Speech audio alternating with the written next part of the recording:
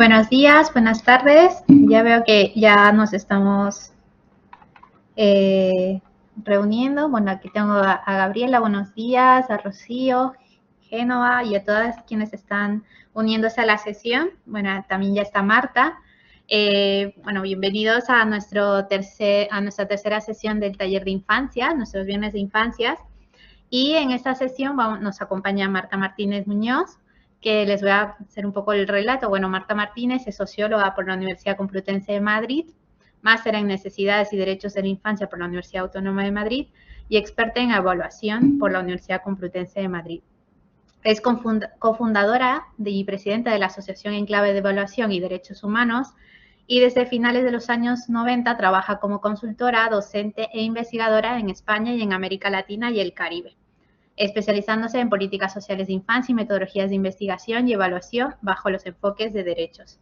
Yo creo que, bueno, ya conocemos, muchos de los que estamos aquí conocemos a Marta, tiene digamos, una semblanza muy amplia como para poder relatarla aquí y, bueno, esto es como lo principal, ¿no? Marta tiene una experiencia enorme y ya creo que la conocemos, ha trabajado en más de 15 países en América Latina, especializándose, bueno, en tema de movimiento de niñas, niños y adolescentes trabajadores, en protagonismo infantil y indicadores y organizaciones de infancia.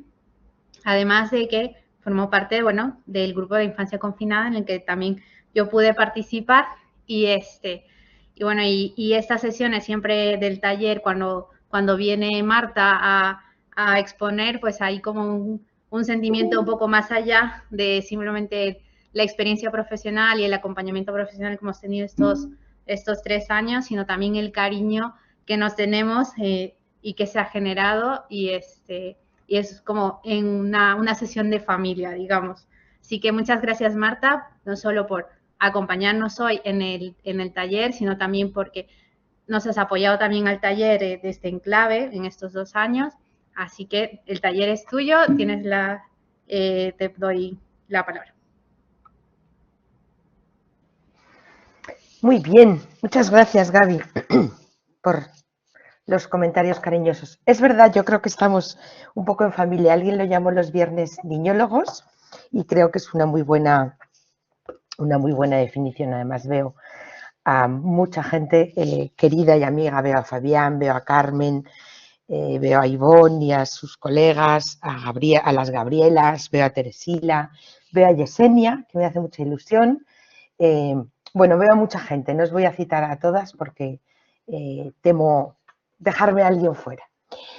Quería hacer un par de comentarios antes de empezar con el contenido propiamente dicho de la sesión de hoy. El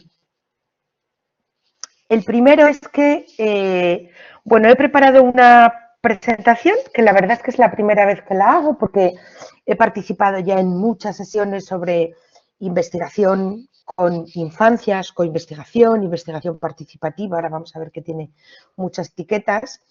Y creo que estamos en un momento de reflexión intenso al respecto. Y bueno, pues yo misma quería también preparar algo que fuera novedoso y que nos llevara después a debatir, que creo que también es la parte más rica de estas sesiones. En ese sentido, Gaby, te pido que me observes si me paso mucho más de la cuenta. O sea, entiendo que hablo 50 minutos y dejamos 50 a una hora y dejamos 45 para el debate. Bueno, ya más o menos entiendo que es lo que hemos venido haciendo. Y lo que espero es que los contenidos que he preparado sean de vuestro interés. A este respecto quiero decir que hablo desde la praxis, hablo desde la práctica, hablo desde haber hecho investigaciones sobre temas muy diversos, en contextos muy diversos y con etiquetas muy diversas, y creo que todo proceso de investigación, aun con sus limitaciones, tiene que dejarnos algún aprendizaje, pero sobre todo tiene que llevarnos a construir nueva teoría.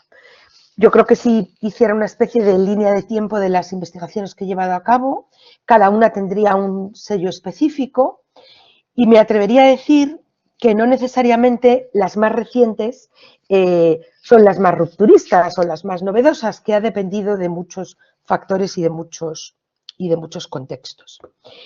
Y bueno, pues por otro lado, aunque entiendo que estamos todas y todos desde espacios muy diversos, aquí algunas os acabaréis de levantar porque es temprano por América Latina, otras quizá estáis en el trabajo, pero os agradecería mucho que en la medida de lo posible, en lugar de tener cuadraditos con perfiles de color gris, pues que pudierais encender las cámaras, porque para mí también es más amable veros y también ver vuestras reacciones.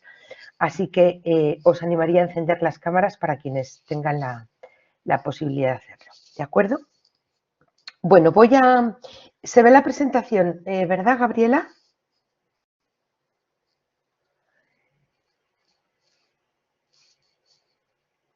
¿Me hacéis algún gesto? ¿Me confirmáis que se ve No se ve la presentación, se te ve a ti. ¿No se ve la presentación? No. Uy, caray. Pues Se te ve a ti. un segundito. Yo sí veo la presentación. Perdón. Pues Yo vale. también Ok. sí se ve. Sí se Vale, ve. perfecto.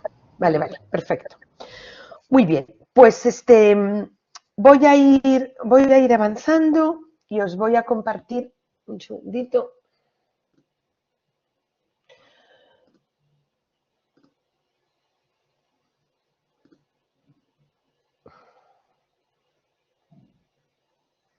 Un segundito que está pensando mi ordenador.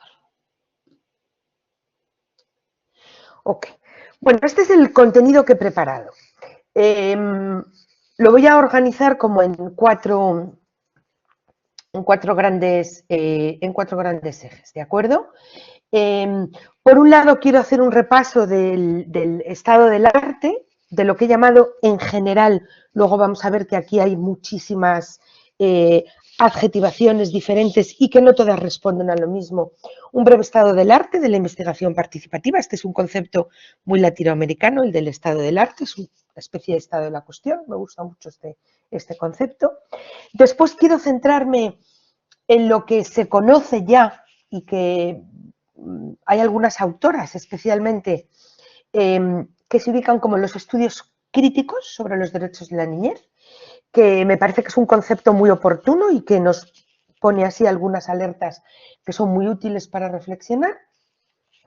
Después voy a abordar algunos de los beneficios para las niñas y niños de los procesos de investigación que consideran sus voces y sus vidas y qué elementos éticos podemos considerar para minimizar las asimetrías existentes. Y para finalizar, pues, algunas reflexiones finales y os dejaré algunos recursos para seguir explorando que no agotan ni muchísimo menos el debate. Como os digo, el debate está en absoluta ebullición, pero os dejaré algunos recursos que yo considero de utilidad o que para mí son referencias que hay que considerar y que hay que tener en cuenta. Bueno, si entramos en el contenido de cuál es el estado del arte, de la investigación participativa, decir algunas cosas al respecto.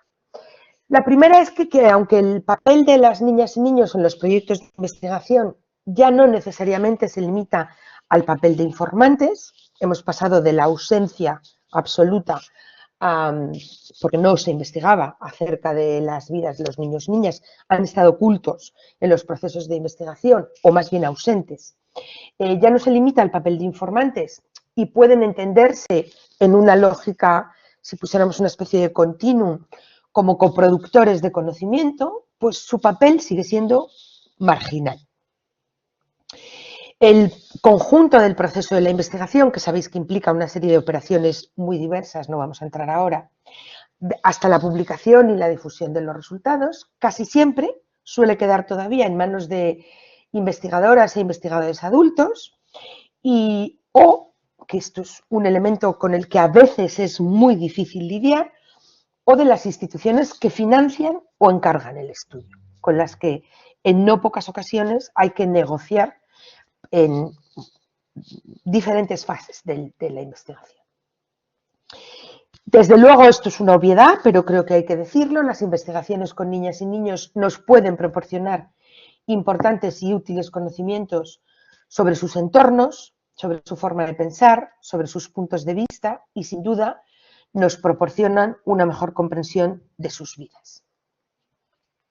Ellos y ellas, y aquí me baso en diferentes autoras, sobre todo mujeres, hacen diferentes preguntas, tienen diferentes prioridades, tienen otras preocupaciones y sobre todo ven el mundo con diferentes ojos. Esto es evidente, pero no siempre las personas adultas, por muy sensibilizadas que estemos en materia de derechos, vemos el mundo con los ojos de los niños y niñas. Y no hablo aquí de una especie de idea romántica de apelar a nuestro ser niño, no, hablo de que las niñas y niños tienen una visión diferente y por lo tanto es complementaria.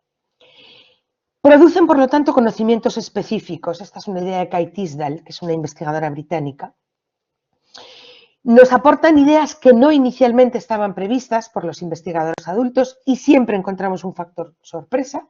Esto es algo que hemos encontrado en no pocas ocasiones. Tú llevas una agenda de trabajo, tú llevas una serie de preguntas, llevas una agenda de tópicos a explorar y ellos te incorporan nuevos elementos en la agenda. Y son además, esto es algo que me habréis escuchado repetir hasta el hartazgo, como mujer obstinada que soy, que son sujetos situados. Este es un concepto que he tomado del feminismo y que creo que nos ubica muy bien para entender que las niñas y niños viven en sus mundos, entienden sus mundos, los disfrutan, pero también los sufren. Y esa situación situada está determinada o condicionada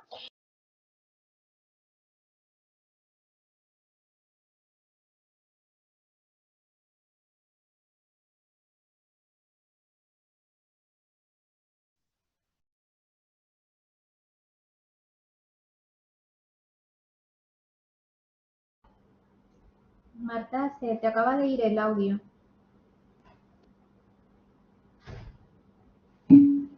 Ops, gracias. Ya. Perdón, decía que las niñas y niños no responden a visiones homogéneas o visiones esencialistas, sino que ya sabemos que viven y que sus vidas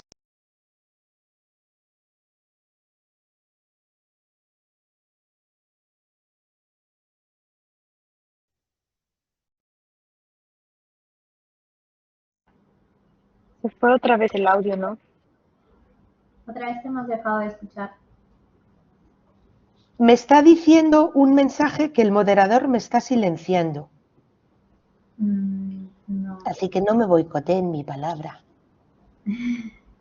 Me sale un mensajito que me dice el moderador silenció su audio. Yo creo que, o sea, como Bueno, todos por si acá entiendo que es Sí. involuntario, pero Ajá. yo no estoy tocando, en principio no estoy tocando la pantalla del audio, ¿vale? Por si acaso. Bueno. Pero bueno, estoy atenta. Ujú. Vale, decía que es por lo tanto necesario pensar en las formas en las que las propias niñas y niños actúan como investigadores y cómo pueden ser apoyados al respecto. Aquí Iván Rodríguez Pascual dice que las niñas y niños son investigadores natos porque están en esta fase de descubrimiento del mundo, pero también hemos descubierto con el tiempo que no todas las niñas y niños, cuando participan en un proceso de investigación, lo hacen en igualdad de condiciones. Luego volveré sobre esta idea. Este enfoque se corresponde además con las ideas de una epistemología del sur o de la apuesta por metodologías horizontales y que se han debatido en el contexto de la descolonización de la producción de conocimientos en América Latina y otras regiones del sur. Aquí cito a numerosos autores. Sin embargo, como observé además en la primera sesión, es curioso cómo casi todas las posiciones críticas desde una academia o una no academia, pero casi todas las posiciones críticas de epistemología del sur no han considerado a las niñas y niños. Y esto creo que nos tiene que hacer reflexionar al respecto. Bueno, desde el principio de los 90 pues han aparecido diferentes artículos sobre los niños como investigadores, sobre todo en publicaciones científicas, pero también en publicaciones no científicas. Aquí os dejo un montón de autores y autoras al respecto. Bueno, el PowerPoint está lleno de citas a este respecto. Y que, bueno, aunque la investigación se sigue considerando una especie de... O sea, ponen el acento en que la investigación se sigue considerando una especie de curiosidad exótica, un término que utilizan algunas investigadoras, lo cual a mí es un término que me incomoda muchísimo porque además creo que el término exótico no deja de tener un cierto componente colonial y que por lo general pues no se toma muy en serio. De hecho, si hiciéramos una especie de ranking de las investigaciones académicas, pues no necesariamente quienes nos dedicamos al tema de la infancia estamos ubicadas en esas posiciones más alturadas, ¿no? de la academia. Bueno, aunque a los investigadores de la infancia nos gusta o les gusta hablar de los niños como expertos en su propio campo, pues el papel de los niños como expertos científicos, que fijaros nos lleva a un paradigma muy otro, muy diferente, pues aún se concede solo con reservas y limitaciones, dicen algunos autores, o incluso se rechaza completamente. Y esto es algo con lo que también tenemos que lidiar. No es infrecuente, a mí me pasó apenas hace unos días, que en una conversación informal con colegas de universidad, les contaba una investigación que había llevado a cabo sobre una temática en concreto, bueno, no viene al caso, y me dijeron, ¡ah, qué interesante! ¿Y entonces qué hiciste? ¿Preguntarles a las familias? Y dije, no, preguntamos a los niños y niñas directamente. Y entonces, bueno, hay una especie de rechazo, como de desconocimiento involuntario, en el que pensamos que para narrar las vidas de los niños y niñas recurrimos a los portavoces adultos, digo portavoces porque nos hemos autoerigido como portavoces, aunque no necesariamente actuemos de manera fidedigna como tal. Hasta ahora, por lo tanto, incluso algunos autores señalan, y esto me parece una idea absolutamente disruptiva, que se ha dejado casi exclusivamente en manos de algunas organizaciones de derechos de la niñez, de educadores comprometidos o de acompañantes adultos, el confiar en las niñas y niños sus propias investigaciones y apoyarlos en esto. Bueno, hay experiencias al margen de esto. Yo creo que además hoy que estoy aquí como desde mi doble rol, no solo como mi trabajo en Enclave, sino en la Red Reír, pues creo que mis colegas de la Red Reír presentes compartirán conmigo que la Red Reír es precisamente una red que busca posicionar de alguna manera de que una investigación, otra, desde la academia y en alianza con diferentes movimientos sociales, pues es posible. Algunos ejemplos y enfoques metodológicos de la investigación tienen muchas etiquetas, tienen muchas adjetivaciones. Hacer un esfuerzo de orden sobre toda la producción, reconozco que no es sencillo, pero os encontraréis estas etiquetas bajo muy diversos formatos, ¿vale? Hace casi 20 años apareció uno de los primeros enfoques que se llama el enfoque Child to Child, el enfoque de niño a niño, y que estaba centrado fundamentalmente en procesos de educación sanitaria. Creo que hicieron investigaciones muy lindas, no me da tiempo ahora a citar algunos ejemplos, pero bueno, fue una investigación también hija de aquella época, diría, hija de hace 20 años. También se trabajan o se conocen las investigaciones que se llaman las investigaciones visuales. Hay otros conceptos que se han venido a llamar investigación-acción participativa, que buscan más un enfoque de empoderamiento en el trabajo socioeducativo. Yo creo que esta es la que se ha hecho fundamentalmente con niñas, niños y adolescentes trabajadores y también con niñas y niños migrantes, entendiéndolos no solo como víctimas, sino como sujetos del proceso de migración, o también como diagnóstico participativo en primera infancia, en una investigación que hicimos con Rosana, que estuvisteis la sesión anterior y que me dio mucha pena no estar porque tenía otro compromiso, y que, bueno, pues que está considerada pues, una de las primeras experiencias de coinvestigación, que tiene ya más de 11 años y que a pesar de tener muchos años, para mí sigue siendo una de las experiencias yo creo que más lindas y más transformadoras en las que he participado. Bueno, con Manfred desde hace ya un tiempo hemos hecho algún esfuerzo de hacer una clasificación de estos modelos. Os dejo aquí esta referencia, la tenéis en una publicación nuestra del 2009, que si os interesa luego os puedo referenciar. Y hablábamos un poco de investigación sobre, investigación con, luego coinvestigación, y ahora estamos trabajando, y de hecho una parte de mi presentación está basada en un capítulo de un libro que está ya en imprenta, en edición, lo que me tiene muy alegre, la verdad. Estamos trabajando en lo que hemos llamado enfoques insurgentes o de desobediencia epistémica. Esto, en determinados contextos académicos, genera así un pequeño temblor, no sé de cuánto en la escala Richter, pero genera un temblor porque hablar de desobediencia epistémica en contextos donde al mismo tiempo se busca el rigor académico, pues requiere de una reflexión pues un poco más pausada y sobre todo requiere de no pocas pedagogías. En este ejercicio de poner orden en este, yo diría, pues un proceso muy nutrido, muy evidente, desde muy diversos frentes de investigaciones, yo creo que si hiciéramos una gráfica sería una especie de crecimiento exponencial clarísimo.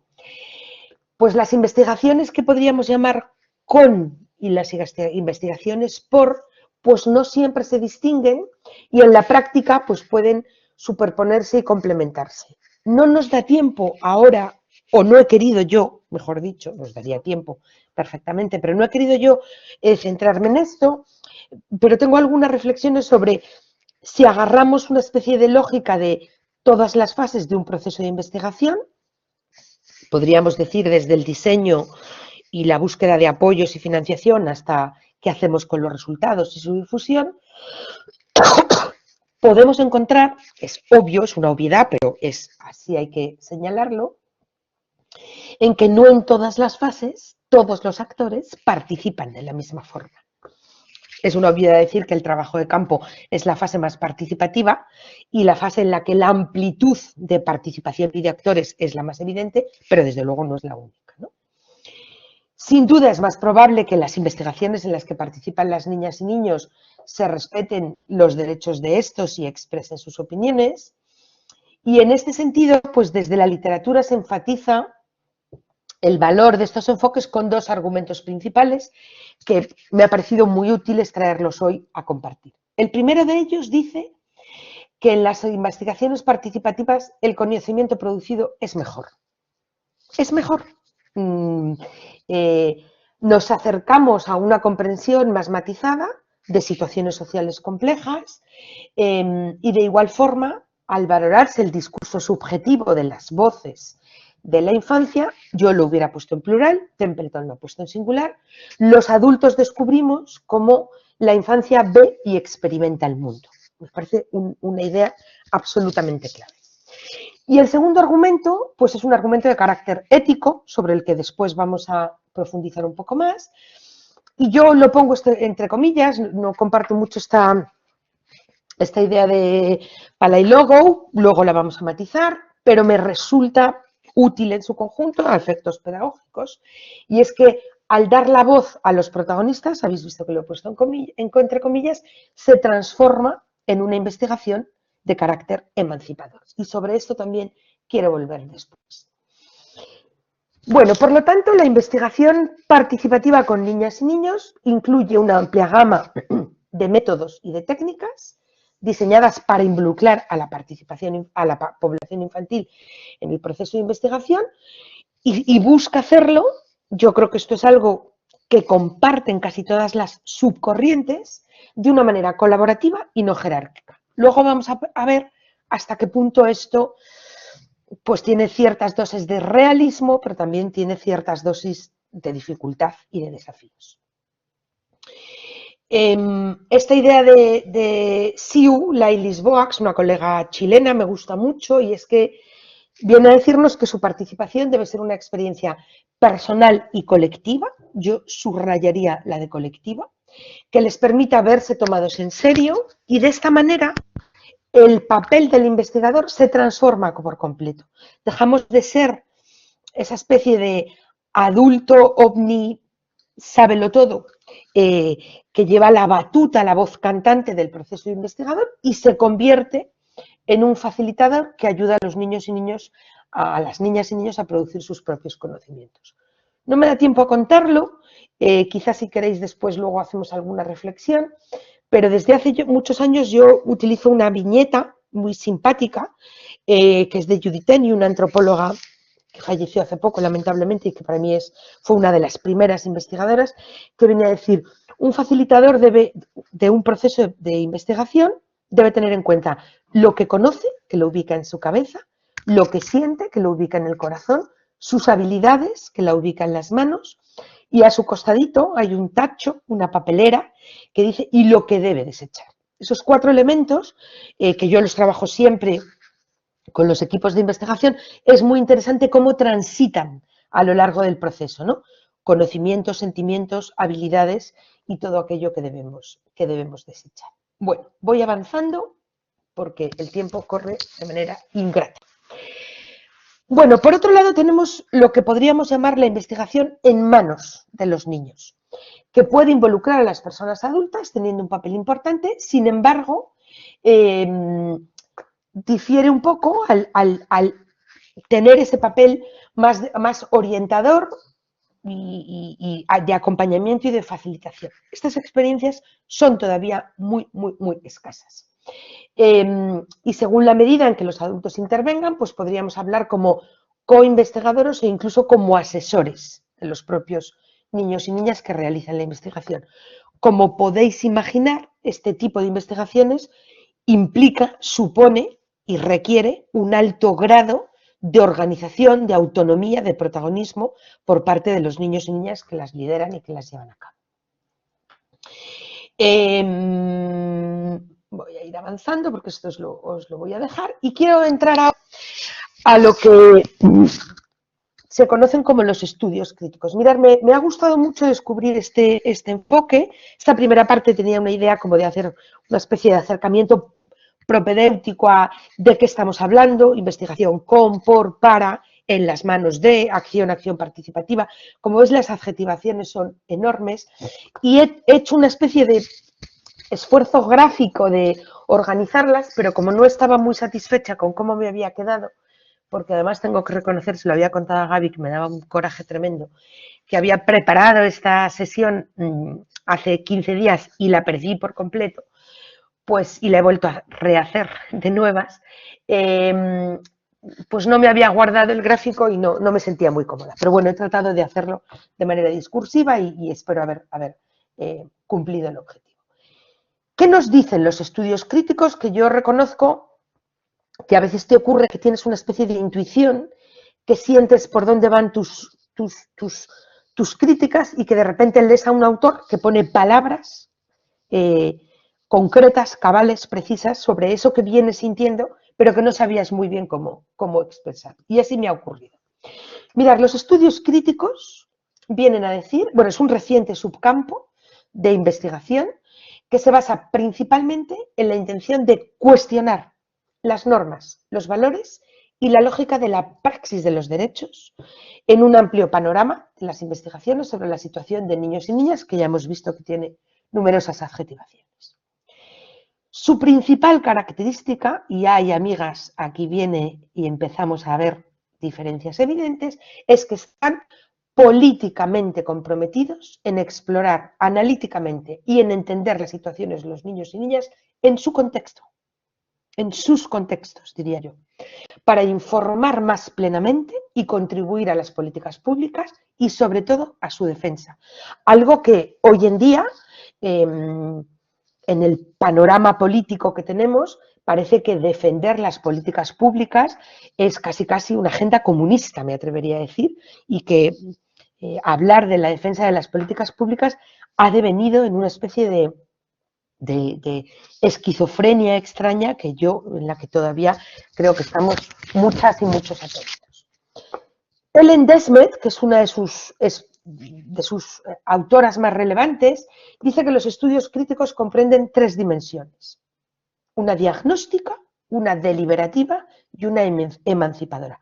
Luego voy a volver sobre ello porque he tratado de hacer un gráfico al respecto para que tuviera más fuerza de transmisión.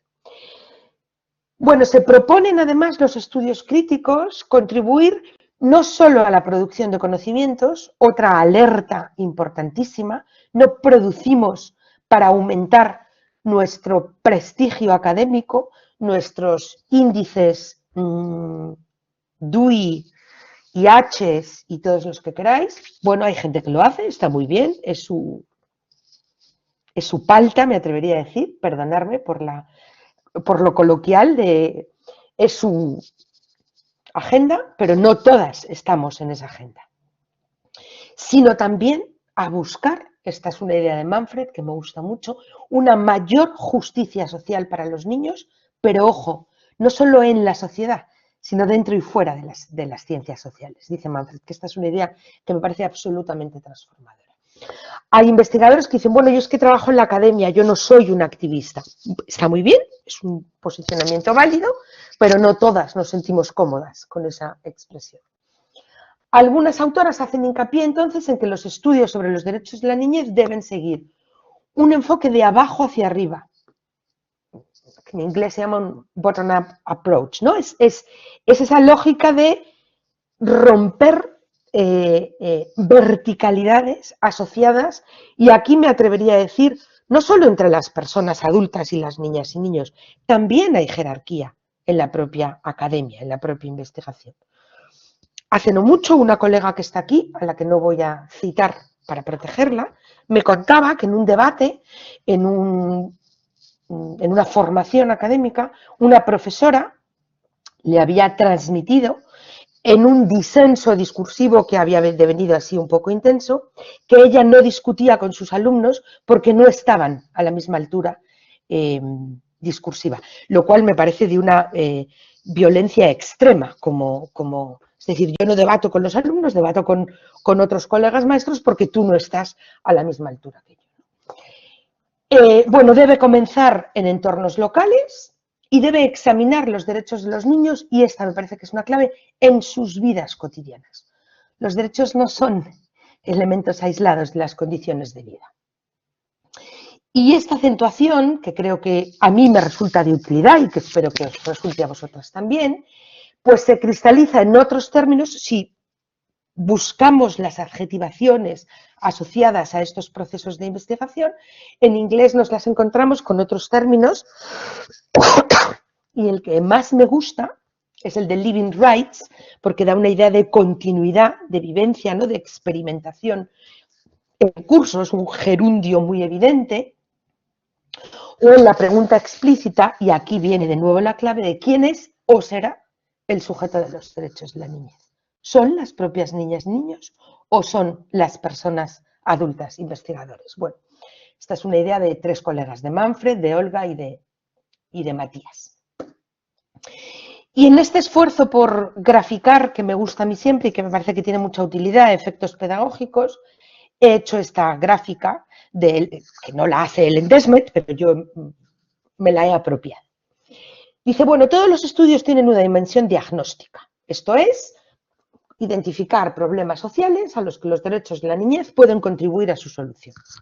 Yo creo que aquí, si pasáramos una especie de checklist con palomitas de, bueno, pues casi todos los estudios hablan, me refiero a los estudios niñólogos, por supuesto.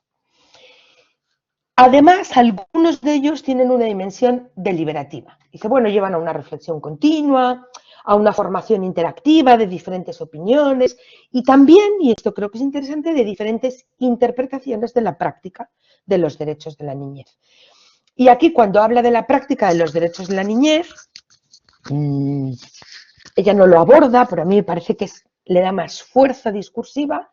Debemos de recordar que los derechos de la niñez son fundamentalmente derechos para los sujetos titulares del derecho, las niñas y niños, pero son obligaciones para el Estado y también son responsabilidades para las personas adultas. Y Ellen Desmet Y aquí ubica, dice, pero no todos los estudios, y dice ella, solo los críticos tienen esta tercera dimensión, por eso os pongo aquí estas dos interrogaciones, tienen una dimensión emancipadora. Es decir, que contribuyan a una perspectiva transformadora de la praxis de los derechos y que vaya, además, y creo que esto es una idea nuclear, de la mera aplicación de derechos existentes. El reconocimiento, la tenencia y la existencia de los derechos no garantiza ni su uso ni su disfrute. Y esto lo sabemos, no tenemos más que apelar a cómo viven las niñas y niños en la mayoría, si pensamos en términos globales. Y esta idea de dimensión emancipadora me resulta súper útil porque creo que si analizamos la producción científica, no todos los estudios apuestan por esta dimensión emancipadora. Bueno, dicho esto y contado un poco el estado del arte y... Vale, me quedan 20 minutos. Y la base de los estudios críticos, voy a contaros algunos beneficios para de este tipo de investigaciones para las niñas y niños y algunos elementos éticos a considerar. ¿Vale? Bueno, si hacéis una revisión de la literatura, no siempre, y esto es un aspecto que a quienes somos así un poco obsesas metodólogas nos interesa especialmente, a veces lees investigaciones sobre la situación de los niños y niñas y el capítulo metodológico, claro, no es el que menos importa a un público en general, digamos, ¿no? Lo que importa es demostrar el diagnóstico de la situación, pero el capítulo metodológico y todo lo que yo llamo la cocina metodológica que hay detrás, no solo en términos operativos o analíticos, sino también en términos epistemológicos, pues se comparte mucho, porque se considera que es algo que nos interesa fundamentalmente a quienes estamos en el debate. Pero haciendo un rescate de qué cuentan, ¿no? Como beneficios, he rescatado estos. Bueno, ¿qué beneficios tienen en las vidas de los niños? Bueno, he encontrado dos grandes ideas. Lo primero, que señalan beneficios en las vidas de los niños y beneficios en las propias investigaciones y también para los equipos de investigadores. Si os fijáis, hay tres grandes ejes. Entre los beneficios para las niñas y niños, el conjunto de la literatura rescata diferentes elementos. Uno que es obviedad, que es tienen posibilidad de expresarse. Recordemos que es un colectivo socialmente silenciado. Creo que con eso lo decimos todo. Por otro lado, tienen el beneficio de proteger derechos. La participación puede ayudar a proteger de una manera más robusta los derechos de las niñas y niños.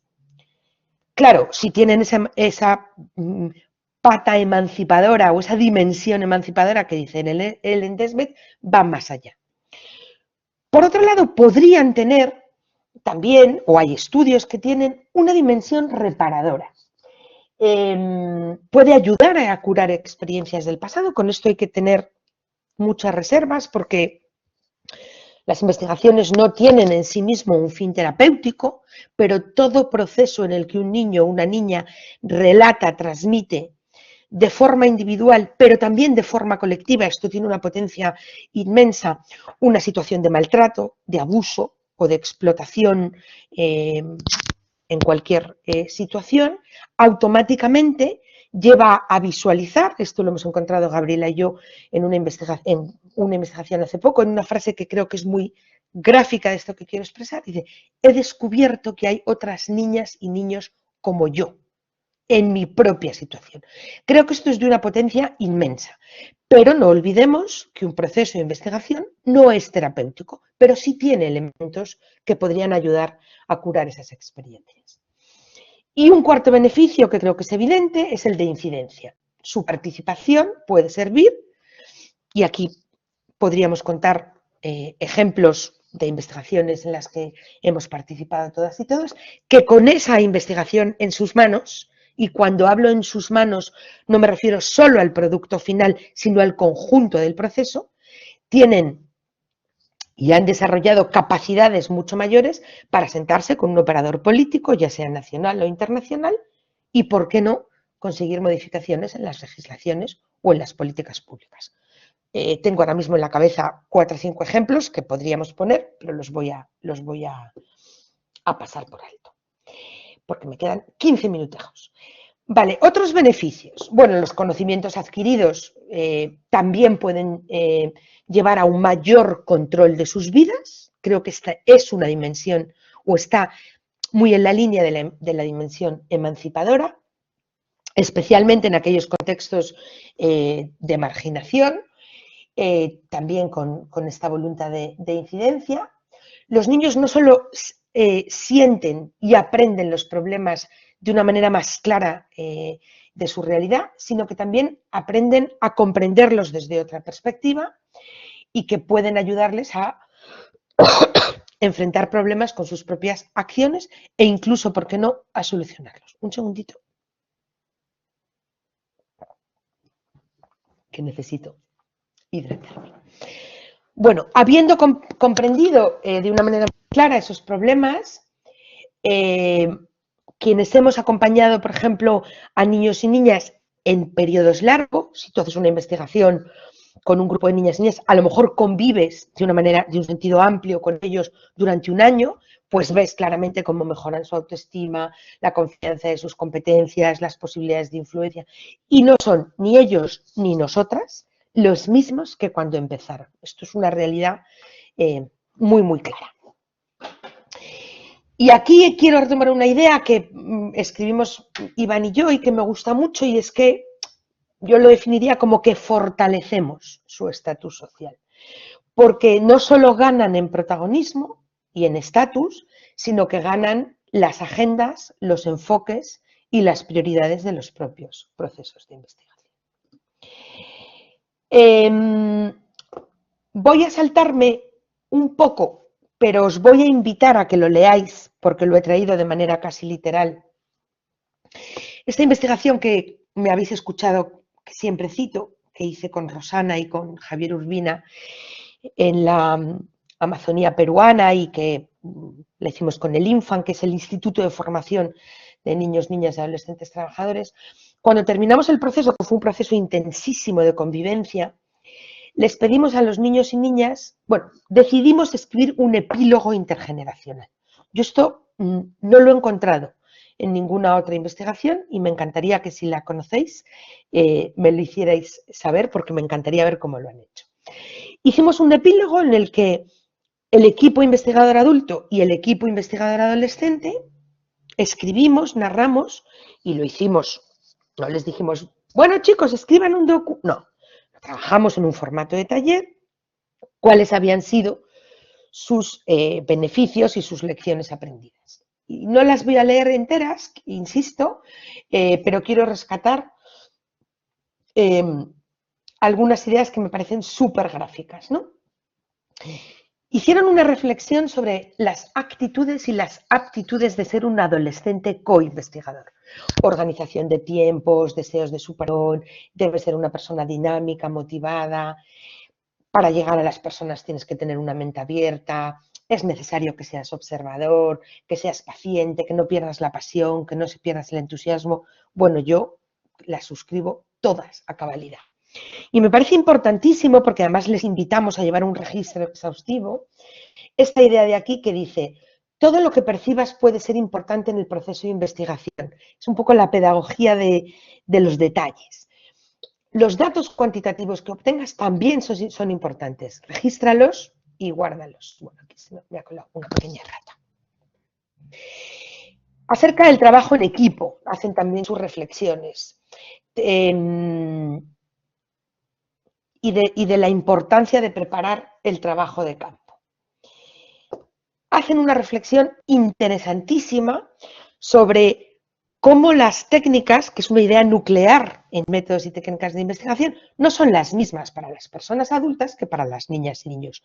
De hecho, con este equipo tuvimos un proceso de formación muy intenso, no tuvimos un tallercito de 2 horas, tuvimos un proceso de formación de varios fines de semana. Luego reflexionaron sobre la relación con sus familias, muy interesante, y quiero quedarme con esta última frase que dice, perdón, cuéntales tus anécdotas, ya que les está robando tiempo, Cuéntales tus anécdotas, lo que viste e hiciste en el campo. Eso ayudará a mejorar la relación con tus padres. Recuerda que ellos se preocupan por ti, pero además acortará las distancias que se creen por tu ausencia, fortaleciendo los datos de confianza. Me parece interesantísimo cómo era una manera de no abandonar ese rol investigador cuando volvían a sus domicilios. Me parece una idea hermosísima. Y luego hacen una reflexión muy interesante también, porque eran niños y niñas de la RETNA, de la red de niños, niñas y adolescentes del Perú, que es una red a nivel estatal, que incluye a diferentes organizaciones de chicos y chicas, esa idea de estar permanentemente dando feedback a sus compañeros y a sus compañeras. Y bueno, pues los autores de estas reflexiones, y que aparecen además como autores en el propio documento, pues son Jessica, Jennifer, Aylin, Naisha, Lewis y Mayra, que fueron nuestros colegas coinvestigadores y con los que todavía pues seguimos en contacto y sabemos de sus vidas, porque además casi todos y todas ellas han devenido en profesionales súper comprometidos. Bueno, y con esto voy terminando. Quiero centrarme ahora en algo que creo que es muy reciente y sobre lo que creo que hay todavía poca literatura, pero hay algunas praxis interesantes. Cualquier persona que hace una investigación con niñas y niños y va a sentarse con ellos, aunque solo sea como informantes puntuales, sabe que necesita el consentimiento informado. Que aquí tenéis toda la literatura, pero que no es otra cosa que ese documento de los padres, madres o tutores legales que, ojo, conceden el permiso a su hijo o a su hija para que forme parte de un estudio, de una investigación o, por ejemplo, de un consejo de participación. Acaba de producir un ejemplo muy cercano ahora mismo en España. Pero el consentimiento informado, a juicio de muchos investigadores, entre los que por supuesto me incluyo, creo que es un paso necesario, pero insuficiente. Porque creo que tiene un componente adultocéntrico en sí mismo que durante mucho tiempo se nos ha escapado. Porque el adultocentrismo requiere de dosis vacunales periódicas para que no se nos cuelen por tantas rejillas. Aquí viene el asentimiento. Y esto es algo que cuando comentas con los colegas, por lo general, no es tan conocido. El asentimiento es un intento de reducir adultismos o de asimetrías éticas y no es otra cosa, bueno, no es otra cosa, fijaros, para mí me resulta muy potente que las chicas y chicos firman y asientan independientemente de las personas adultas que tienen que dar el permiso, pero sobre todo que conozcan en qué va a consistir el estudio, que expresen su deseo de participar, porque creo que es una manera de reconocerles como sujetos coproductores de investigación. Esto que parece una frase hecha, lo de reconocerles como sujetos coproductores de investigación, se tiene que aterrizar en ejemplos concretos, en gestos. Yo soy muy amiga de las liturgias, liturgias en sentido sociológico, no en sentido religioso, porque creo que la investigación está llena de liturgias y de gestos y de hitos que le dan mucha fuerza al sentido de equipo como proceso.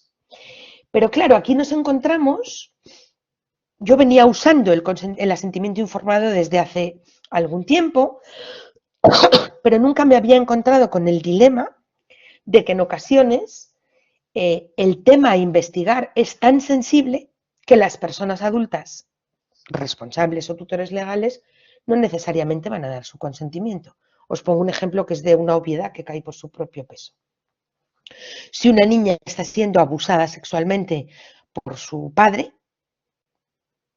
y le pedimos a su padre el consentimiento legal para investigar sobre esta situación, lo más probable es que nos encontremos con una negativa. Y aquí nos encontramos el año pasado en una investigación que hacíamos Gabriela y yo, yo venía usando el asentimiento informado de una manera más o menos intuitiva, ni que decir que tiene que ser de formato amigable y demás, pero nos encontramos con un concepto que me resultó sumamente potente y que os quiero compartir, y él habla de la triangulación del consentimiento. Esta es una idea de Martins y de Sani. Al final tenéis el artículo. Y se basa, y esto me parece muy interesante, en aplicar el interés superior como derecho, como principio y como actuación. Esto no lo dice Sani, esto lo he añadido yo. Y que la firma y que el consentimiento y el asentimiento para participar tenga una triangulación de actores lo suficientemente amplia. Yo lo llamaría triangulación de la participación. Bueno, porque creo que la triangulación del consentimiento... Bueno, por otro lado, hablar de consentimiento tiene una lógica de yo consiento, ¿no? Con respecto a hecho, hay una tutelarización, y el asentimiento apela más a yo como persona acepto. Pero bueno, podríamos hacer ahí una reflexión de cuál es menos adultista. Y algo que nos hemos encontrado, y a mí que me gusta mucho entender esos detalles, es que cada vez que te sientas con un niño o una niña a firmar el asentimiento y les explicas de la manera más amigable posible, nos encontramos con que, me atrevería a decir, en el 99% de las ocasiones es la primera vez en su vida que firman algo y que alguien les pide que firmen algo para asentir y para expresar su voluntad. Lo que provoca en las propias... O sea, creo que aquí hay un gesto ético por parte de las y los investigadores, pero hay una interpelación a las niñas y niños a que tienen derecho a dejar por escrito su voluntad de participar y, por supuesto, su voluntad de retirarse en cualquier momento. Pero ese gesto, ese momento, para mí tiene una potencia investigadora de relación con las niñas y niños que no tienen otros muchos gestos. Porque para mí, no lo he puesto aquí, pero es un arranque de algo que es fundamental en la investigación, que es el establecimiento de un pacto comunicativo. Es un concepto clave en investigación cualitativa. Ahí empieza el pacto comunicativo y el reconocimiento mutuo de que vamos a trabajar juntas y juntos. Es muy curioso, tengo muchas anécdotas aquí y hay algunos niños y niñas que no tienen firma todavía. Decimos, bueno, pues pones tu nombre, ponemos la fecha, pones tu huella. Hay multitud de estrategias para que incluso si no tienen firma, pero el acto en sí, creedme, que a mí me emociona la cantidad de situaciones diversas en las que nos lo hemos encontrado. Bueno, y finalmente, os lo dejo así de pasadita para que lo busquéis, pero para que os hagáis una idea de la producción y el interés por los aspectos éticos que ha dado lugar en estos años, pues recientemente se ha creado lo que se llama la Carta de Investigación Ética, por sus siglas en inglés ERIC, que está bajo el paraguas del Centro de Investigación Innocenti, que es de Florencia, y que subraya algunos elementos que son bastante claves. Creo que es una carta muy interesante, no es una carta que está en posicionamientos disruptivos, pero creo que es muy interesante considerarla y que la podéis consultar ahí en la página web childethics.com, y que además podéis entrar y firmarla. Hacer el gesto de decir me adhiero, me sumo y hacerlo público, como es una especie de acto deontológico de nuestra voluntad de respetar estos procesos. Y voy terminando.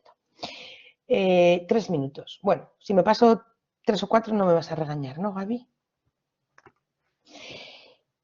Bueno, creo que uno de los mayores desafíos es, y aquí yo creo que hay una ausencia muy clara, es comprender las conexiones y contradicciones entre las dimensiones globales y locales de las niñas y niños. O nos aliamos con los colegas de la epistemología del sur, o si me permitís, como diría mi abuelita, hacemos un pan con unas tortas, con perdón de la expresión. Quienes están investigando desde abajo no están considerando a las niñas y niños, y quienes están investigando con niñas y niños no siempre están trabajando desde abajo. Así que aquí hay que hacer todas las alianzas posibles. Pero además hay que dejar en evidencia que la globalización de las infancias no es un proceso ni unidireccional ni inevitable y que implica muchas interdependencias. No hay una única infancia global y también tenemos infancias globalizadas en el norte, que no se nos olvide. Yo aquí con mucho cariño quiero observaros a mis queridos colegas del sur, que sois la mayoría, quienes estáis aquí hoy, que a veces pensáis que la situación de la infancia en el norte es una infancia de pleno bienestar y nada más lejos de la realidad. No es la situación de las infancias del sur, soy perfectamente consciente, creo que soy una persona que ha trabajado mucho en contextos de extrema vulnerabilidad, pero ojo, las infancias del norte global no viven todas en situación de bienestar, ni mucho menos, y además los procesos migratorios también nos han enseñado que hay una infancia del sur en el propio norte. Bueno, aquí hay algunos autores, a mí me parece, que son críticas duras, pero las reflejo, que aquellas que se limitan un poco a responder encuestas, que tienen lógicas de investigación extractivista, yo también las he utilizado, a veces no hay posibilidades de llegar a un amplio número de niños y niñas, o en el propio proceso de confinamiento, con Gaby, con Iván, pues hicimos una investigación, infancia confinada, que la hicimos a través de esta forma. Bueno, yo creo que hay maneras de cuidar que los procesos con los que no tienes contacto directo y que haces consultas a través de encuestas, tengan esta lógica de distancia tan evidente. Hay algunas formas de minimizarlos, ¿no? Por otro lado, esto creo que ya lo he dicho, pero incluso algunos autores que son bastante, que están un poco en los estudios críticos, siguen utilizando este concepto de dar voz. Creedme que a mí me remueve cada vez que lo leo. No damos voz a nadie. Las niñas y niños tienen voz, no tenemos un interruptor que activa su timbre de voz. En todo caso, les escuchamos y callamos para escuchar sus voces, ¿no? Bueno, luego hay otras reflexiones que tienen que ver con que aunque estos enfoques intenten superar el desequilibrio de poder, esto hay algunos autores que dicen no solo no es fácilmente posible, que incluso dicen que es imposible, que no podemos. Aquí esta idea que es de Manfred, que me gusta mucho, que dice que por muy adultos, buena gente que seamos, por decirlo en términos coloquiales, no somos nativos de los mundos de los niños. Pero bueno, también es una categoría de la que todos venimos. Y creo que también eso puede apelar, o sea, todos hemos sido niñas y niños en algún momento de mi vida. Con esto no estoy apelando a nuestro niño interior, no sé muy bien qué es eso, nunca lo he entendido. Perdón si golpeo algunas ideas básicas, pero no sé muy bien qué es eso de nuestro niño interior, pero sí creo que tenemos capacidad de empatizar, que nuestras vidas de privilegio adulto no son las vidas de las niñas y niños, ¿no? Y luego creo que es muy importante, y esto es algo que creo que está fundamentalmente orientado a los investigadores del norte y que los investigadores que están en el sur o que viven en el sur o que trabajan en el sur, tenemos una responsabilidad ética, y es que las voces de los niños del sur, a los que también siempre hay que dar voz a los niños del sur, ¿no? Esta especie de lógica salvacionista tan instaurada. No son voces plurales tampoco. Perdón, no son voces, sí, no son voces homogéneas, quería decir, sí, plurales. No son voces homogéneas. Difieren de situaciones, de edad, de territorio, de privilegios, y que a veces tendemos a clasificar apresuradamente bajo un paraguas. Lo acabo de decir, en el sur hay nortes y en el norte hay sures, y esto lo tenemos que considerar. Y finalmente, si queremos estar a la altura de las máximas éticas, aun sabiendo que son desafíos mayúsculos y que queda mucho por reflexionar, debemos pues, descolonizar y contrarrestar esta especie de colonialidad del poder y acercarnos a las investigaciones sabiendo, y esto es algo, en fin, tengo varias investigaciones ahora mismo en la cabeza que no voy a etiquetar para no ser demasiado dura, de que no nos acercamos a niños que no tienen niñez. Tienen otra forma de niñez, tienen otras condiciones, pero esto de que hay niños sin niñeces también creo que es un posicionamiento que de entrada nos ubica en un privilegio y nos ubica en lógicas de vamos a salvar a los niños y niñas con estas investigaciones. Creo que tenemos que ser conscientes de esos sesgos eurocéntricos en los procesos de investigación y finalmente, bueno, pues que contribuir, y aquí me posiciono claramente con esa dimensión deliberativa de la que habla Ellen Desmet, que os invito muchísimo a leerla, aunque casi todo lo producido, todo lo que tiene producido, perdón, es en inglés, sino que nuestras investigaciones deben contribuir a intervenciones políticas que conduzcan a una mayor igualdad y a una justicia social, y para ello es necesario fortalecer la posición social de los niños y, desde luego, prestar más atención y apoyo a sus formas de pensar, de ver y actuar en todos los contextos. Creo que esto es importante y especialmente importante en el caso de las niñas y niños a los que se les sigue negando las condiciones básicas para una vida digna. Para mí todo se resume aquí. No podemos seguir investigando sobre situaciones de niñas y niñas en contextos de extrema vulnerabilidad y de extrema incertidumbre si no hacemos una apuesta porque esas investigaciones tengan un sentido último más allá del propio proceso investigador. Y os dejo algunos recursos. Este artículo que tenéis aquí habla especialmente, y tenéis el enlace, está en inglés, pero ya sabéis que si navegáis en Chrome os puede hacer la traducción cómoda, sobre el tema del consentimiento y asentimiento. Esta es una guía que hemos publicado el año pasado, Gaby y yo, que tiene que ver con, en concreto, métodos y técnicas, pero también tiene algunas orientaciones metodológicas. Luego tenéis estos dos textos que para mí son fundamentales, o sea, son capitales, nucleares leerlos, que es esta guía de investigación ética con niños y niñas. Tiene ya algunos años, pero es un compendio extensísimo y que creo que os puede dar, pues si no la conocéis, quizás la trabajáis, os puede dar muchas luces, y es del mismo grupo ERIC, que os he comentado antes.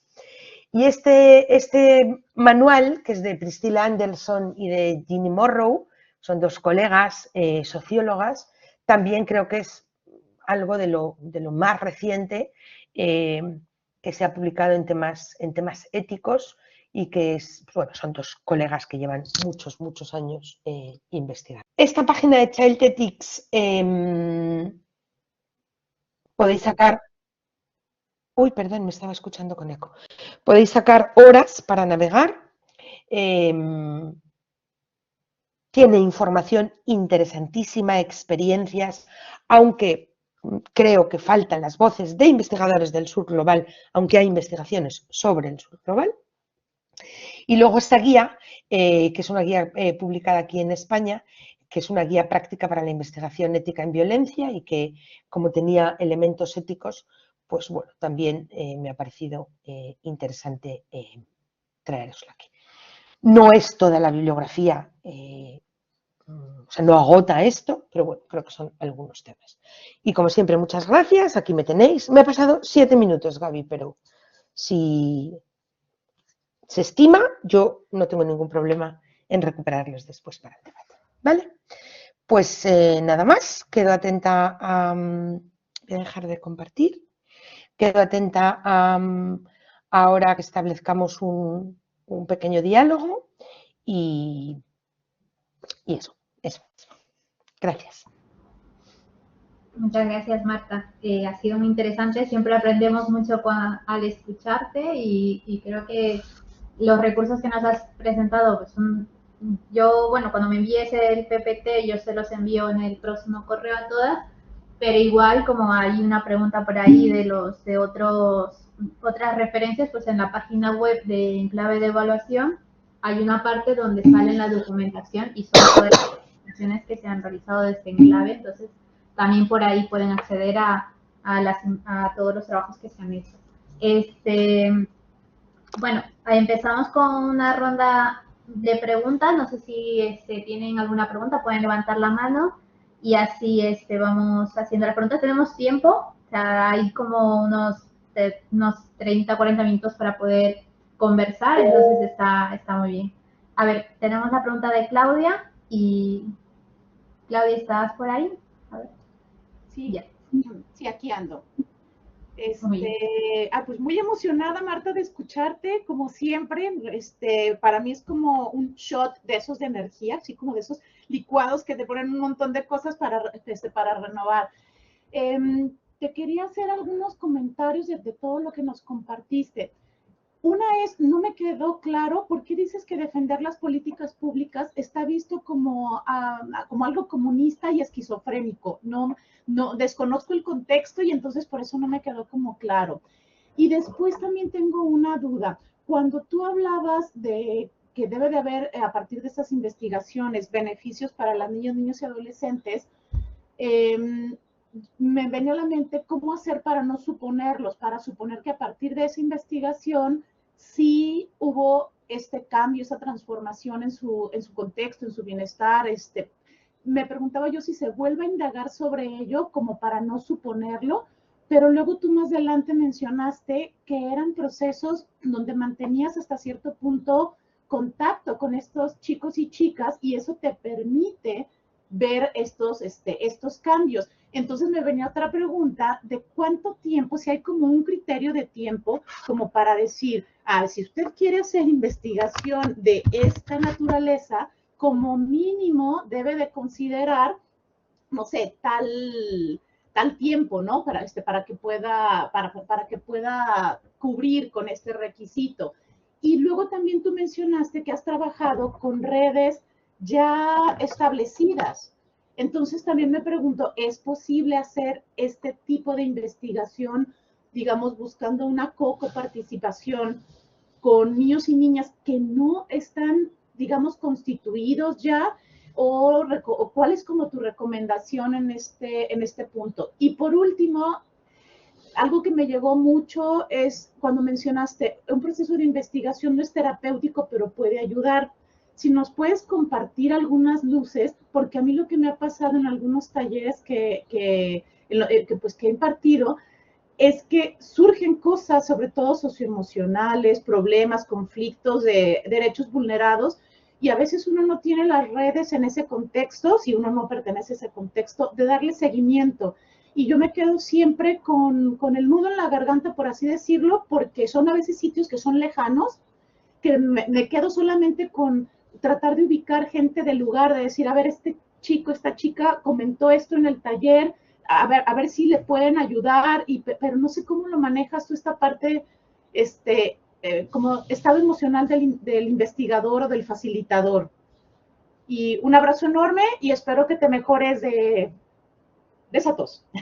Y muchísimas gracias, con cariño. Gracias, Claudia. Tú siempre eres un licuado de amor. Gaby, ¿qué te parece si recogemos Sí, hay una dos o pregunta tres? en el La estoy chat. leyendo, la de Laura, la he leído. Gracias, Gaby. Y de ahí no sé si hay alguien más que quiera hacer una pregunta aquí en la sala o pues sí, aquí tenemos una pregunta. ¿Me acerco o está bien desde aquí? No sé si le escuchas o prefieres Le que se presente. escucho, pero vale, si se presenta, genial, que no veo su nombre. Me acerco un poco. Me llamo Gabriela Gamero. Algo que me llamó la atención de la ponencia, muy buena, pero me llamó la atención la parte donde hablábamos un poco de los niños y las niñas sin infancia o sin niñez, ¿no? Y no sé si entendí mal, pero creo que nos explicabas un poco que era difícil, o creo que no se podía hacer la investigación con aquellos niños pues que no tienen esa niñez. Entonces, no sé si de repente eso me puedes explicar un poquito mejor para que yo lo pueda entender, porque de hecho el tema me gusta mucho. Yo pienso hacer mi TFM en infancia o niñez, entonces son cosas que me llaman mucho la atención.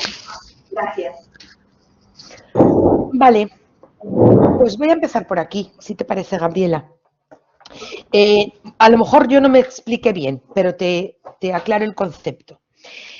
Niños y niñez es un concepto que se ha utilizado y que se ha institucionalizado en los últimos años para dar cuenta de situaciones en las que los niños y niñas viven en condiciones extremas. No sé, pienso, niños y niñas soldados, niños y niñas en situación de explotación. Lo que venía a decir no es que no se puede investigar con ellos, ni muchísimo menos. Si lo he dicho así, disculpas porque no era lo que quería decir. Lo que quiero decir es que si tú te acercas a una investigación presuponiendo que son niños y niñas que no tienen niñez, y lo que habría que decir, paréntesis, es, están en otras condiciones, pero no sabemos muy bien qué es eso de no tener niñez, tus presupuestos teóricos o epistemológicos y metodológicos van a partir no de lógicas de horizontalidad, sino que van a partir de lógicas en las que tú vas a salvar esa situación. Claro que se puede investigar. Lo que tenemos que acercarnos es a conceptos más respetuosos con sus situaciones, ¿vale? Creo que te he respondido, ¿verdad, Gabriela? Que asientes. Vale, gracias. Bueno, Laura pregunta algunas pistas metodológicas para realizar el análisis de investigación y categorización en coinvestigación. Laura, es imposible responderte. O sea, creo que el año que viene, si tenemos a una Gabriela comprometida, todavía vamos, comprometida la vamos a tener, con disposición de hacer una nueva edición, podríamos centrarla en la cocina metodológica del análisis y de la categorización. Para mí es apasionante porque es ese momento en el que te encuentras con la palabra de los niños y niñas y tú como investigadora tienes que tener máximo respeto a lo que han dicho, apegarte muy bien a la literalidad y tratar de analizar entendiendo sus contextos y no hacer disquisiciones adultas e inventarte aquello que no te están diciendo. En una de las lecturas que he recomendado, esa guía que hemos hecho Gaby y yo, ahí vas a encontrar alguito, pero la cocina no siempre interesa en general, era un poco lo que es la cocina metodológica, me refiero. Yo vengo de estudiar en la Universidad Complutense y con lo que se llama la Escuela Cualitativista de Madrid. Yo utilizo análisis de contenido desde esa escuela y lo único que he hecho es, digamos, transversalizar mi enfoque de infancia. Pero, por ejemplo, podrías encontrar un buen ejemplo de categorización, por pensarte así, algo que puedas encontrar. La investigación que hicimos sobre infancia confinada, en el apartado de definición de qué es para los niños y niñas el confinamiento, Laura, encontrarás que categorizamos las respuestas, estoy citando ahora de memoria, no me acuerdo de todas las categorías, pero como precisas, encerradas, solidarias, y ahí esa categorización sí es tarea del investigador, de la investigadora. El trabajo cualitativo es muy artesanal, pero bueno, también con respuestas abiertas en cuestionarios con universos amplios, pues con Gaby, por ejemplo, hemos desarrollado alguna categorización para, imaginaros, para trabajar respuestas abiertas de 400 preguntas. Y hemos trabajado alguna categorización a través de Excel que con categoría, o sea, hemos cuantificado las respuestas, las cualificaciones que también puedes encontrar en algunas de nuestras publicaciones. Pero es interesantísimo, a mí me gusta un montón ese aspecto, pero nos llevaría mucho tiempo reflexionar sobre ello. Claudia, guau, es que me preguntas muchas cosas, querida. El tema de políticas públicas y comunismo. Bueno, ha sido un comentario absolutamente contextual porque yo creo que especialmente en Europa, donde el auge de la extrema derecha está siendo muy evidente, defender agendas de la socialdemocracia y de políticas públicas que redistribuyen un poco las desigualdades, se está entendiendo como eso, como agendas de, políticas públicas, por ahí vienen los comunistas, ¿no? Está ocurriendo en España, Claudia, pero está ocurriendo en otros países de Europa y ha sido un comentario muy contextual con respecto al caso español. Luego hablas de ¿cuánto tiempo es el ideal? Pues mira, yo aquí pondría una analogía como con las recetas de cocina.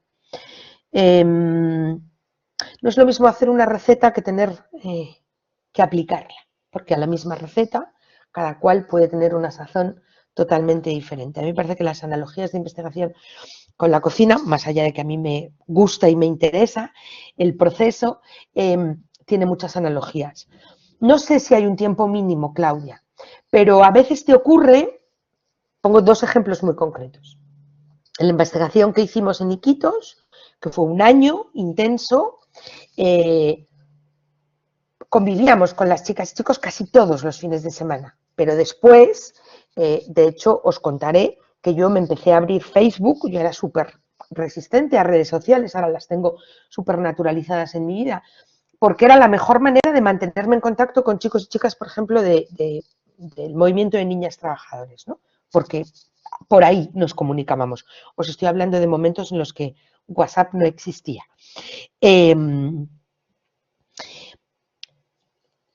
La investigación con niñas y niños requiere tiempo, mucho tiempo. Siempre digo que es un tiempo que suma, no es un tiempo que resta, pero requiere tiempo. Por ejemplo, Claudia, en otra investigación que hicimos para conocer el impacto de los desahucios en la población infantil, con la plataforma Afectados por la Hipoteca, que es un movimiento social muy potente que hay en España, pues yo creo que de las cosas más interesantes que han podido surgir después del 15M, que daría para otro debate. Nosotros no teníamos intención inicial de continuar con la investigación. Hicimos una investigación participativa muy bonita, muy interesante, a través de talleres, y cuando terminamos la investigación, yo siempre pongo esa expresión gráfica, los niños y niñas nos jalaban así de la chompa y nos decían que ¿cuándo hay más talleres? Y nosotros decíamos, pues no lo sabemos muy bien, porque no está en nuestra agenda. Y a partir de ahí lo que hicimos fue crear una escuela de derechos para seguir trabajando procesos de toma de conciencia, y continuamos un año más trabajando. La investigación ya estaba hecha y después lo que nos llevó fue a generar con ellos un proceso de incidencia para llevar esa investigación a Ginebra y denunciar al Estado español. No estaba en nuestra agenda, por eso para mí creo que el factor sorpresa es uno de los elementos nucleares en la investigación con infancia. Pero obviamente cuanto más tiempo convives, y cuando digo convivir hablo de espacios de trabajo, claro, yo hay chicos y chicas a los que he conocido con 16, 14, 15 años, 16 en los procesos de investigación, y ahora los conozco con 25. Y sé dónde están, y sé dónde trabajan, y continúan, y sé los impactos que han generado en su comunidad. Pero yo te diría, Claudia, que lo que nos decían nuestras abuelas cuando cocinábamos, pero ¿cuánto le pongo, abuela, que no me queda como a ti? Pues lo que te pida. Y lo que te pida no va a ser lo mismo en una investigación que en otra. Parece que no es una respuesta académica, pero te aseguro que lo es, Claudia, lo que te pida en cada momento. Luego hablas de investigar con redes de niños que no están constituidas. Claro que se puede investigar con redes de niños que no están constituidas. Sé que tú tienes la respuesta en ti misma porque eres una excelente profesional. Pero claro, cuando investigas con niños y niñas que tienen un profundo sentido de la organización, del trabajo, de su compromiso con sus comunidades, del compromiso con los niños y niñas, con sus propios hermanos, que se conocen, que saben lo que es un plan estratégico, claro, hay cosas que van fluidas, que van de la mano. Cuando trabajas con niños y niñas que vienen de contextos muy vulnerados y que intentas generar ese proceso, te cuesta más.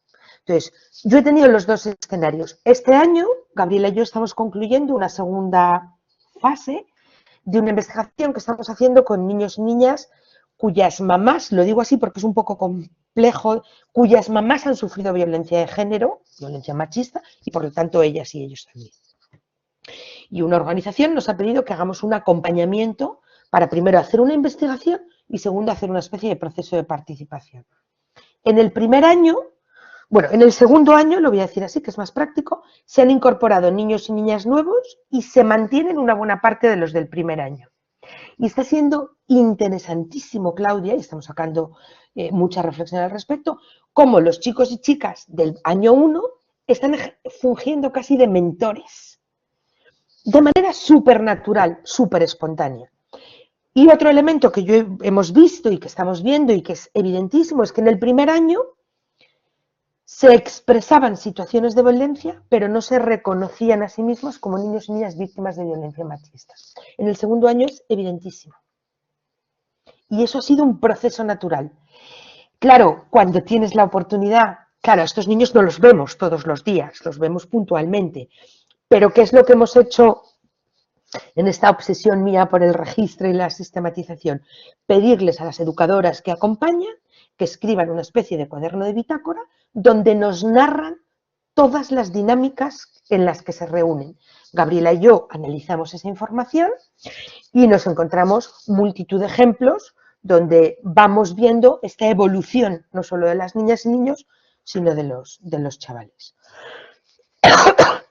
Y con esto creo que te respondo a tu última y cuarta pregunta. Perdón. No, ¿cómo crees? ¿Cómo crees? Sí, sí, es un placer saberte ahí Gracias. siempre, Claudia. ¿Qué es el componente terapéutico? Creo que te he dado dos ejemplos muy concretos. Niños y niñas que empiezan a identificar, esto fue duro de aceptar, en la plataforma de afectados por la hipoteca, que los adultos se organizaban, pero que los niños y niñas se dedicaban a corretear en las asambleas y que en la mayor parte de las ocasiones pues casi molestaban en las asambleas. Lo digo tal cual. Y en una segunda fase con la investigación armamos una escuela de derechos en los que los niños y niñas hicieron el mismo proceso de autotutela que sus papás y sus mamás, que es paso de ser víctima de un desahucio a ser defensor de mis derechos. Creo que ese ejemplo es evidente. Y el que te he puesto con los niños y niñas de víctima de violencia machista del año 1 al año 2 es, creo que, igual de evidente. Podríamos poner muchos, pero todo proceso de toma de conciencia... Primero, hay muchos niños y niñas que viven sin la conciencia de tener derechos. Esto es brutal. En el momento que toman conciencia de que son sujetos de derechos, en el momento que entienden que su papá, que su mamá no tenga dinero, esto lo estamos viendo en otra investigación que estamos viendo ahorita mismo, para afrontar tal o cual elemento básico, no es responsabilidad de sus padres, sino que es responsabilidad de una situación de crisis, de violencia y de pobreza estructural, los niños cambian esa lógica. Entonces, ese proceso terapéutico, digo, cuando investigas situaciones de vulneración, sale en el propio proceso de manera natural porque pasan de reconocerse como sujetos a exigir sus derechos y sobre todo a tomar conciencia de que sus papás no son responsables y sobre todo, y que a mí me parece súper importante, que no son las únicas que viven en esa situación. Por ejemplo, y con esto termino y abrimos el debate de nuevo.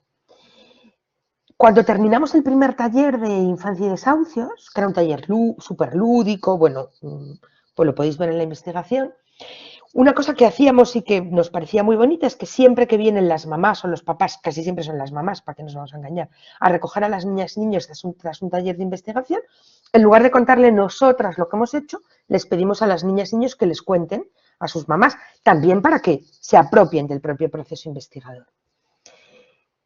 En la primera reunión, en el primer taller que tuvimos, cuando venían las mamás, bueno, fue un momento muy emotivo, o sea, lo recuerdo ahora y os aseguro que se me paran así los pelitos. Los niños y niñas decían, mamá, que ya he entendido lo que nos pasa, que es que nos quieren desahuciar, pero no solo a nosotros, a todos también. Para mí esa frase está cargada de sentido político, porque vuelven los niños a casa, porque además había una voluntad de los padres y madres de ocultarles la situación con el ánimo de protegerles, y lo que estaban haciendo era desprotegerles. Y el propio proceso de investigación puso eso en evidencia, ¿no? Bueno, pues ahí tienes otro ejemplo de cómo en el proceso devienen los chicos y chicas protagonistas y cambian por completo el chip. Bueno, creo que te he respondido a toditas las preguntas. Maravillosamente, mil gracias. Y luego veo que hay algunas preguntas aquí, desorganizados que no estamos en la academia, siempre se trae mucha luz, gracias, muy enriquecedora. Me surge una inquietud, Marcela, dice, muy enriquecedora tu investigación, muchas gracias por compartirla, me surge una inquietud, y es si estas propuestas o enfoque que abordas de los niños como podrían adaptarse de alguna manera a una población de la primera infancia 0,5, que es con quienes trabajo en Colombia. Mira, Marcela, sí, totalmente. Son perfectamente adaptables. La investigación que te he contado de Iquitos es con primera infancia. Y lo que hicimos fue que para minimizar, te lo digo así porque es que así lo concebimos, la distancia generacional entre nosotras como investigadoras adultas y los más pequeñitos, nos hicimos acompañar de un equipo investigador adolescente que en no pocas ocasiones eran hermanos y hermanas mayores de los propios niños pequeños con los que investigábamos, no siempre. Y en esa lógica de coinvestigación trabajamos, puedes encontrar la investigación en la página web, en el apartado de publicaciones de Enclave, se llama Ser niño y ser niña, un diagnóstico con la primera infancia en la ribera del río Italia, algo así, tiene un subtítulo muy largo, no lo recuerdo ahora por completo. Y trabajamos con dibujos, con caminatas por la comunidad, a través de cámaras fotográficas donde nos reflejaban sus vidas. Trabajamos con muchas técnicas muy, muy vivenciales, que tengo que decir que no eran otras que técnicas de investigación de la educación popular de toda la vida de América Latina, que lo único que hicimos fue como niñologizarlas, por decirlas. Otra pregunta, gracias por lo compartido y felicidades. Mi pregunta es, ¿qué opinión tiene al respecto de dejar de utilizar el concepto infancia por la carga etimológica que tiene y en su lugar utilizar niñez? Marta Luna. Bueno, pues sí, lo comparto, está muy interiorizado el concepto de infancia, o sea, yo lo tengo muy interiorizado. Es verdad que en mi proceso de latinoamericación, en mi vida en todos los sentidos, uso más niñez o niñeces, que me gusta mucho. Tampoco creo que es un concepto que llevaría totalmente al tacho, o sea, creo que, porque creo que la propia opresión que lleva en sí misma hay que visibilizarla. Y creo que está bien que busquemos alternativas, que utilicemos eso, niñez o niñeces. A mí se me pasa, aunque reconozco que cuando estoy en América Latina me transformo y enseguida me la apropio. Tiene una carga etimológica importante, ¿no? El que no habla, el que no tiene voz, pero creo que en alguna ocasión vi alguna experiencia en la que se intentó utilizar el concepto de confancia, tuvo muy poco recorrido, pero si lo buscáis, si lo googleáis, lo encontraréis. Y creo que cuando utilizamos aquí niñez, en este contexto de este otro lado del mundo, automáticamente y de manera no muy voluntaria, pero así lo recibe el público en general, nos lleva a una población chiquita. Y creo que infancia incorpora un poco edades más adultas, o sea, siempre hablando por debajo de los 18. Y entonces, niñez yo lo uso más como para niños más pequeños, infancia para, pues, no sé, para preadolescentes y adolescentes. Es verdad que, por ejemplo, yo también me cuestiono a mí misma, uso muy poco niñez, lo tengo muy poco incorporado, o sea, es un concepto que suscribo y que comparto, pero que aún no lo tengo incorporado y a cambio suelo utilizar desde hace ya algunos años y además por este sí que hago un esfuerzo intenso, es que digo niñas y niños y cito siempre a las niñas primero. Y desde luego no me gusta nada y procuro huir de ello. Bueno, el concepto menor ni lo menciono porque lo doy por obvio en este público tan maravilloso que tenemos. No me gusta nada utilizar en una publicación NNA. Me incomoda sobremanera. Creo que los acrónimos invisibilizan y tenemos el castellano es muy rico, el inglés no tanto, pero tenemos un montón de acepciones para hablar de población infantil, población menor de edad, niñas, niños y adolescentes, las niñas y niños, los informantes de nuestro estudio, las y los informantes de nuestro estudio, pero a mí no me gusta utilizar NNA porque creo que invisibiliza. A veces te lo piden, pero yo no me siento muy cómoda, pero sí, es muy interesante esto que planteas, Marta. Bueno, creo que nos queda como para una o dos preguntas más. No sé si alguien Fenomenal. tiene alguna pregunta adicional. Bueno, tenemos aquí a Carmen. Hola Marta, ¿cómo estás? Pues Hola, muchísimas Carmen. gracias por esta gran compartencia que haces con nosotros. Pues fíjate que yo me encuentro como, bueno, la verdad me gustó muchísimo lo que nos acabas de contar, pero yo quisiera saber cómo haces tú, ¿no? Cuando hay intervención de estos adultos. Y lo digo porque me acaba de ocurrir, ¿no? En el proyecto que yo tengo, en la investigación que llevo con niños de una comunidad entre rural y urbana, porque pues ya está absorbida por la tecnología y el turismo y demás. Esto de trabajar con ellos, estuve ahí un año, la verdad los conocí muchísimo, propiamente hago un trabajo muy, muy fuerte con ellos, pero siempre el profe, ¿no? Siempre el profesor ahí, siempre, incluso saboteando a los propios niños, ¿no? Hacíamos cosas bien interesantes y cuando me daba la vuelta ya era como el control, este tipo de cosas que siempre están presentes. Entonces, bueno, mi pregunta más bien es cómo hacer, ¿no? Intenté de todo, todas las metodologías participativas, todas las cosas comunales que tenemos en México y no hay, ¿no? Y entonces empiezan a ver estas figuras diluidas en las investigaciones, en las participaciones, siempre presentes. Yo supongo que te ha pasado, ¿no?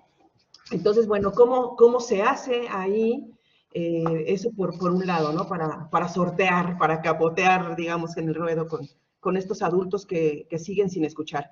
Y por el otro lado, bueno, yo quería compartir mi experiencia en cuanto a lo que dijeron hace rato sobre la cuestión sensible. Es definitivamente algo muy importante. No somos, sí, claramente no somos terapeutas, pero siempre nos están contando sus vidas, ¿no? Y entonces, bueno, no hay manera ahí de a lo mejor, lo decía por la compañera, bueno, justamente Claudia, ¿no? Que decía, bueno, ¿cómo hacer ahí? Porque nos quedamos con el nudo en la garganta. Yo creo que más bien ahí ya es hacer el proceso de escucha, de empatizar, de incluso, ¿no? Dialogar desde tu propia vivencia con ellos, ya es algo muy que suma, ¿no? Que suma muchísimo ahí. Y sí, bueno, yo trabajo con niños y niñas desde la perspectiva de su representación gráfica, siempre dibujamos, siempre hacemos cosas interesantes y ahí pues salen muchas más, ¿no? Entonces eso yo quería como avendárselo a Claudia y espero seguir conociéndolos a todos porque creo que tienen cosas bien interesantes que decir. Gracias. Gracias, Carmen, otra de nuestras colegas fieles a los talleres de la UC3M. Mira, has utilizado una frase que me la voy a apropiar, la del profe que sabotea. Creo que los espacios más resistentes donde yo me he encontrado esta especie de voluntad de control de a ver qué van a hacer estos investigadores con mis niños es en el espacio educativo. Es probablemente el que más resistencia plantea.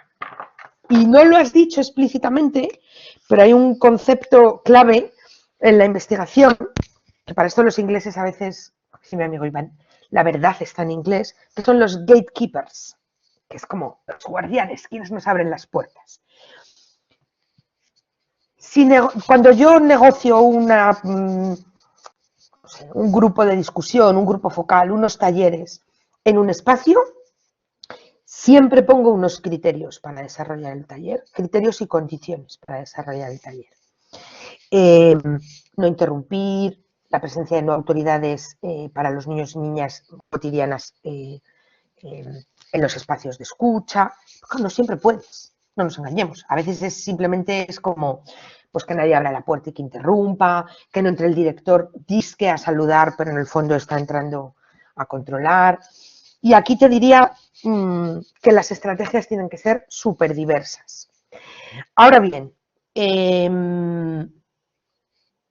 a veces, cuando el conocimiento con esos niños y niñas o la relación que tú tienes con esos niños y niñas no es cercano, también te pueden permitir abrir puertas.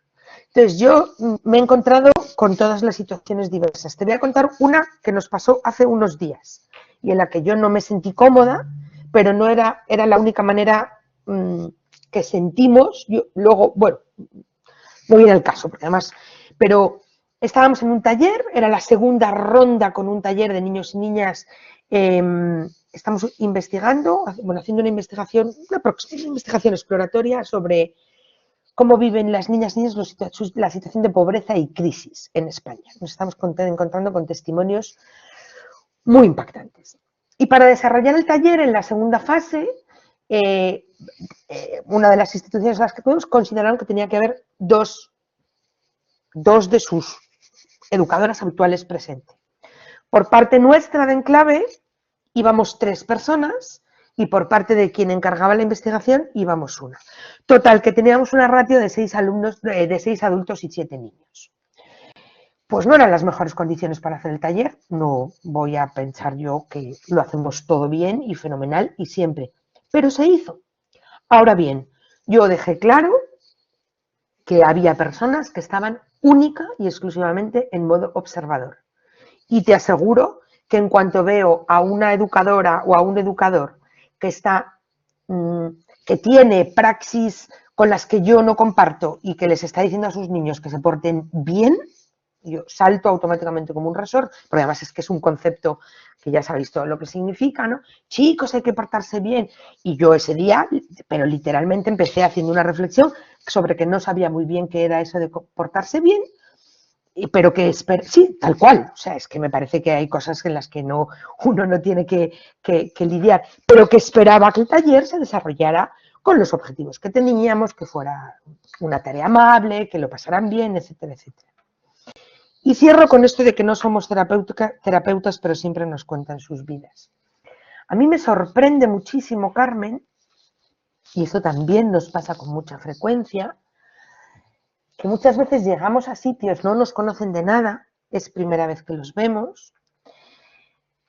De verdad lo digo, o sea, no es una falsa modestia. Yo creo que no hacemos nada extraordinario, que tratamos de ser investigadoras, pues buena gente, dignas, respetuosas, pero nos cuentan cosas que nunca les han contado a nadie. Esto me lo he encontrado en numerosas ocasiones. Y a mí me da cuenta de cuál es el estilo educativo al que estoy llegando. Y entonces, hace no muchos días también nos ocurrió en el que, hablando con unas niñas y niños sobre su situación en la escuela, nos narraron una situación de maltrato evidentísima en su propia escuela. Y nos llamó la atención que les dijimos, una situación gruesa. No era de maltrato físico, digamos, no había, pero era una situación de exclusión y de estigmatización a un grupo, a los más malos de la clase. Vamos, lo voy a decir así para que lo entendáis. Y me llamó la atención que les dije, pero chicos, chicas, bueno, les dijimos, ¿esto lo habéis compartido con alguien? Pues estaban allí mismo las dos. Y dices que nunca nadie nos ha preguntado sobre esto. Y una de las cosas que nos llamó la atención fue muy curioso porque estaban sorprendidísimos, estaba Gaby, estaba con otro colega, y al finalizar, pues muy preguntones, en muy buena onda, nos decían, ¿de dónde venís? Y entonces, pues, Gaby decía, pues yo soy de Perú. Y decía, pero has venido desde Perú hasta escucharnos. Y yo les decía, bueno, pues yo ahora me voy a otra ciudad, porque yo ahora no vivo en Madrid. Y entonces nos llamó la atención que les sorprendió mucho que viniéramos desde lugares muy diversos a sentarnos un ratito en el suelo a conversar sobre sus vidas. Y sí que supimos después, al día siguiente de volver, porque fue un trabajo como en dos rondas, que los niños y niñas se habían dado cuenta que ante esa situación de maltrato que estaban viviendo en la escuela había que actuar, que no podían quedarse callados. Entonces, de nuevo, no somos terapeutas, Carmen, o sea, esto es una obviedad, pero abrimos a veces grietas en zonas opacas que no se conversan de manera puntual o de manera cotidiana. Y eso da mucho gusto cuando ocurre, porque para mí es el mejor indicador, no de que somos buenísimas investigadoras, simplemente, es que fijaros a lo que apelo, de que hemos generado un espacio de confianza y de respeto mutuo donde las niñas y niños sienten que están en bienestar, que están en un espacio protegido y por lo tanto sienten la confianza de narrarnos. También hemos encontrado situaciones en las que, pese a que nos narran eso, y ahí hay que tener mucho cuidado sobre qué hacemos con eso que nos cuentan. Porque la protección de sus derechos tiene que ser el factor número 1 de forma permanente. Pero sí, profes que sabotean y que hay que controlar y minimizar, siempre, Carmen, siempre. Bueno, muchas gracias a Carmen, a Claudia y a todas las personas que han preguntado. Muchas gracias, Marta, que ya estamos a un minuto de tener que cerrar. Creo que esta no es una pregunta, sino más bien es una reflexión, la última, la de Nicte. Entonces, bueno, muchas gracias, Marta. Siempre es un placer escucharte y yo creo que este tema es muy importante porque estamos viendo de que la participación o garantizar el derecho a la participación no es solo en el decir, bueno, vamos a juntar a estos niños para que hablen o para que digan algo, sino tiene que ver mucho con las metodologías participativas y cómo se da todo ese proceso. Y ahí es donde entra la importancia de entender y ver todas estas experiencias participativas de niñas y niños coinvestigadores, ¿no? Entonces, muchas gracias a todas. Nos vemos dentro de 2 semanas. No sé, Marta, si quieres decir alguna cosa de cierre. ¿Nada? No, muchísimas gracias a todas. Creo que es un espacio muy rico, que la propia diversidad del grupo, o sea, yo lo disfruto mucho y en la medida que pueda, en las próximas sesiones me conectaré, porque además como es un programa que hemos hecho con amigas y gente querida y con las que trabajamos, pues es que es como conectarse aquí a debatir con los colegas, que está súper bien. Muchas gracias a todas. Bueno, gracias. Nos vemos dentro de 2 semanas y ya que sería la última sesión del año y de ella regresaríamos para enero.